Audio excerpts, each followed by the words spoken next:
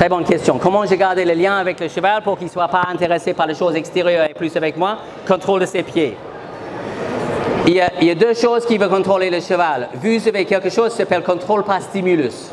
Donc, je fais un code, il bouge les deux postérieurs, j'enlève le code. Je fais un code, il bouge les deux antérieurs, j'enlève le code, par exemple. Et avec ça au sol. Et donc, avec ça, je peux bouger les deux postérieurs, je peux bouger les deux antérieurs, je peux le faire reculer et je peux faire avancer. Donc, je contrôle ses pieds. Si moi, j'ai le contrôle par stimulus de ce qu'il fait avec ses pieds, l'environnement externe ne peut pas avoir le contrôle par stimulus de ce qu'il fait avec ses pieds. Le cheval peut concentrer sur une seule chose. Le cheval, c'est comme un homme. On est unitâche, pas multitâche. Le cheval, c'est pas comme vous, les femmes. C'est pas comme une femme de tout. Le cheval peut être concentré sur une chose.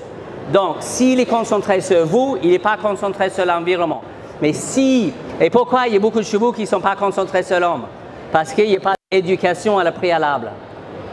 Donc, si vous avez éduqué toutes ces réponses-là, c'est pareil qu'un chien. Si tu n'éduques pas un chien et tu enlèves la laisse, ben, il s'en va pour faire pipi sur quelque chose.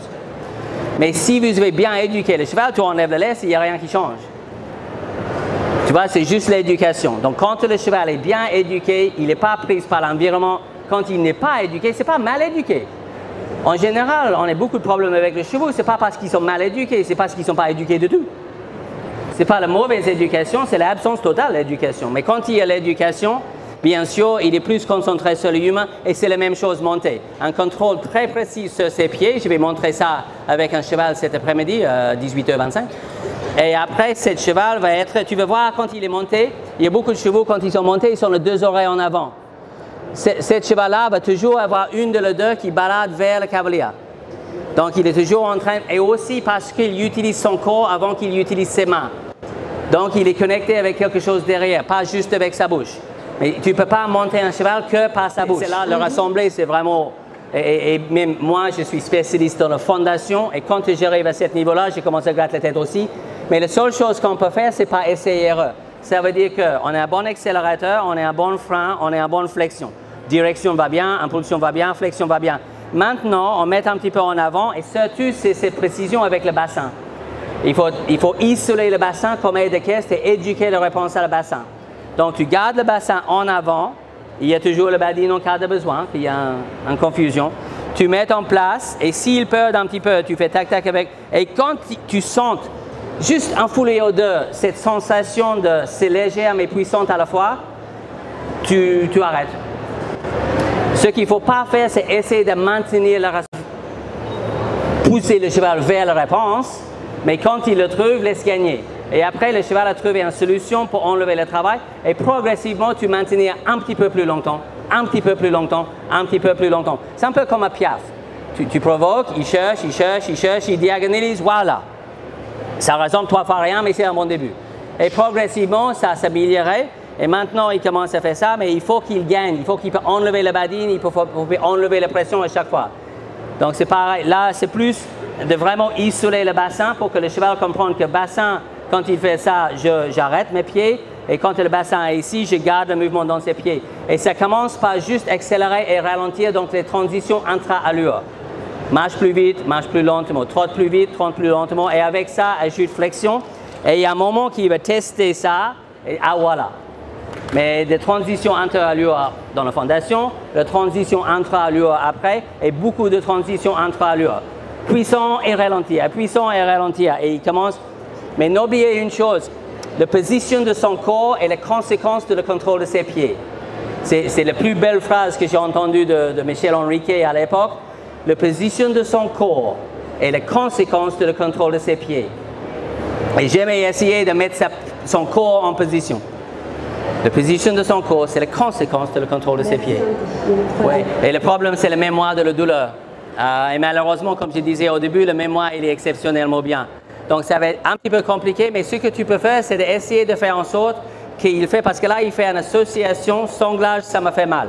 Maintenant, le boulot, ça va être comment je peux faire en sorte qu'il pense sanglage, ça, j'ai obtenu quelque chose d'agréable. Donc, tu peux, après, il y a des techniques, et il n'y a pas le temps de tout expliquer là, avec les cliqueurs et autre chose qui marchent bien, où tu peux dire, quand je serre le sangle, tu réagis, je n'arrête pas, je maintiens la pression. Et quand tu arrêtes de réagir, je relâche le sangle et je te donne une friandise. Pour qu'il fait association, sanglage, cool. Parce que dans sa tête, à ce moment, il dit sanglage mauvais. Et ça va être compliqué. Mais c'est juste change l'association. C'est toujours quand il y a une association aversive avec une situation, le but après, c'est de faire une association attractive. Un cheval après un accident dans un vent, on a le même boulot. Comment on fait en sorte qu'il dit le vent, trop bien. Donc on travaille ailleurs et confortable dans le vent. Avec friandises, avec bonbons, avec tout ce qui est renforcement positif. Renforcement négatif, c'est l'enlèvement de le travail. Renforcement positif, c'est le bonbon, c'est le gratte-glace. Et après, à un moment, le cheval il dit j'adore le vent. Oui, même vieux, la motivation va rester intacte. Donc la motivation d'enlever l'aversive et obtenir l'attractive, il reste intact. Par contre, la probabilité, c'est qu'il y a une désensibilisation par la vie qui fait que tu ne veux pas obtenir la même légèreté que tu veux avoir avec un jeune. Parce qu'il est un petit peu blasé, parce qu'il n'y avait pas de précision dans son éducation précédente. Donc, c'est difficile de trouver la même finesse avec un jeune. Le meilleur cheval, c'est le cheval sensible. Tu peux avoir une sacrée finesse, mais il faut être capable d'enlever le peur. Le cheval idéal, il est méga sensible et peur de rien. Mais qu'est-ce que c'est compliqué à fabriquer ce cheval? Je vais montrer un à 18h25. Un cheval qui est hypersensible, un Oldenburg, hypersensible et peur de rien. Bonne question, je vais être méga sympa parce que c'est moi. Non, j'ai dit ça parce qu'une fois aux États-Unis, j'ai bossé là-bas, il y a quelqu'un qui a posé cette question à un monsieur qui s'appelle Ray Hunt. Et Ray, il a répondu « Essayez d'être moins chiant ». Mais c'est pas très sympa.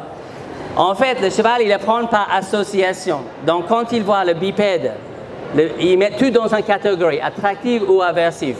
Le vent, le tondeuse, tout. Tout ce qui est, tout son monde sensoriel, les haut-parleurs, le salon, tout ce qu'il voit, tout ce qu'il entend, il dit ça dans le plan, c'est ou attractif ou aversif, j'aime ou j'aime pas. Et quand il voit le bipède arrive, certains ils disent merde, bipède. Donc il s'en va. Et c'est parce qu'il fait l'association bipède, ça veut dire équitation, ça veut dire chiant, ça veut dire que j'aime pas ça. La seule manière de changer ça, donc, c'est faire en sorte que le cheval fait une association bipède. Trop bien. Et ce n'est pas avec le travail, c'est probablement déjà avec renforcement positif, mais aussi quand tu attrapes le cheval, être sûr que sa situation ne dégrade pas. Que la situation suite d'avoir attrapé le cheval, ça s'améliorerait. Mais les chevaux, ils viennent aux portes, ils ont hyper envie d'entrer vers 18h. Parce qu'on va au box, parce qu'il y a un litre de granulés nickel, et parce que la situation va s'améliorer. Spécialement quand il pleut ou quand il fait 40 degrés. La situation va maintenant s'améliorer. Donc, il dit humain, la situation va s'améliorer. Mais souvent, spécialement dans le club, il voit les humains et c'est pour ça que parfois il devient même agressif. Par rapport aux humains parce qu'il dit merde, bipède. Donc, juste essayer de changer l'association et dire ok, comment je peux faire en sorte que tu. Et parfois, c'est absolument pas ta faute, parfois c'est les gens qui débraient le chevaux. C'est des hommes qui débraient le chevaux qui sont plus débiles que. On ne quitte pas notre école de médecin pour devenir professionnel de débrayage. Hein. Donc, je sais parce que c'est mon métier. Donc, débrayage. Donc, parfois, c'est fait de manière assez débile et le cheval, il passe un tel mauvais moment que pour le reste de sa vie, après, chaque fois qu'il voit un humain, il dit « Oh non, pas ça ». Donc, dans tout ce qu'on fait avec le cheval, on essaie de faire en sorte que la situation s'améliorerait au mieux que possible. Merci beaucoup. Grand plaisir. J'espère que c'était intéressant. Bravo. On se parle après. Vous pouvez retrouver les émissions qui sont juste à côté ou alors à 18h25 sur la piste 6.